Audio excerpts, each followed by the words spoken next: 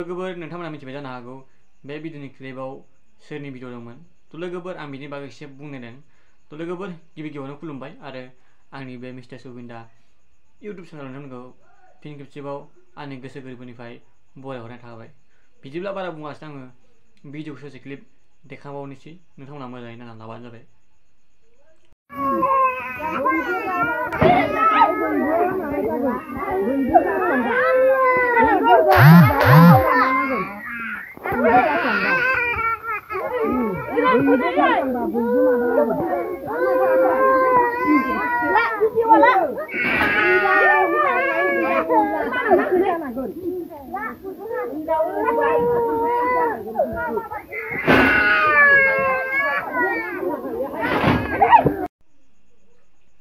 तो लोगोफोर दासान्दि जों ससियेल मिडियायाव बेफोरबायदि भिडिअखौ जोङो माने गोबां माने जों भाइरेल जानायखौ जों नुगासिनो। माने बयनिबो फेसबुक एकाउन्ट इउटुब एकाउन्टफोराव माने जों खालि बिनिल' भिडिअ नुयो आरोखि। तो लोगोफोर नाय, आं बिनि सायाव एसेल' बुंगोन, फंनैसोल' बुंगोन, ओमफ्राय आं बारा बुङा। तो लोगोफोर जुदि आंनि बे बुंनायाव माबाफोर गेना गोरोन्थि जादोंब्ला आरो माबाफोर गोरोन्थि बुंदोंब्ला आं नोंथांमोननिफ्राय गोसो गोरबोनिफ्राय निमाहा थाबाय। तो बेनो आं बुंनांगौआ, जोंनि बर' समाजावबो एसेबां बेबायदि अन्थाइ बिखा नायनो हायै मानसि दंबावोना हा? तो लोगोफोर नाय, आं एगजामपोल मोनसे खोथा बुंनि। गोरोन्थिया जाखायो, बयनावबो जानाया जाखायो।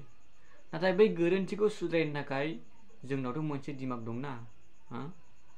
तो मोनसेथ' जों गोहो दंना बुजायनो थाखाय।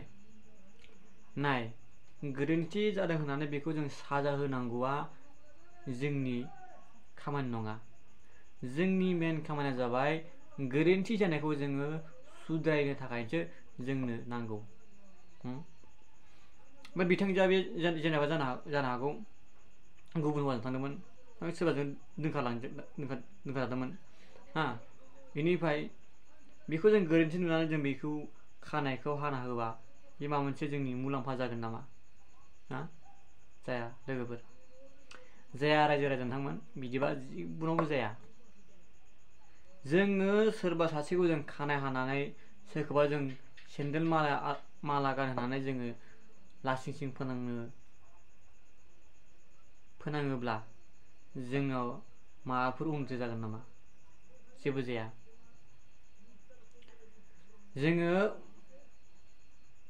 बेखौ बुजायनांगोन, नों मानि थाखाय खारदों एबा नों मानि थाखाय बेजों थायाखै, मानि थाखाय नों खारदों, बेखौ जों बुजायनांगोन, अब्लासो जागोन।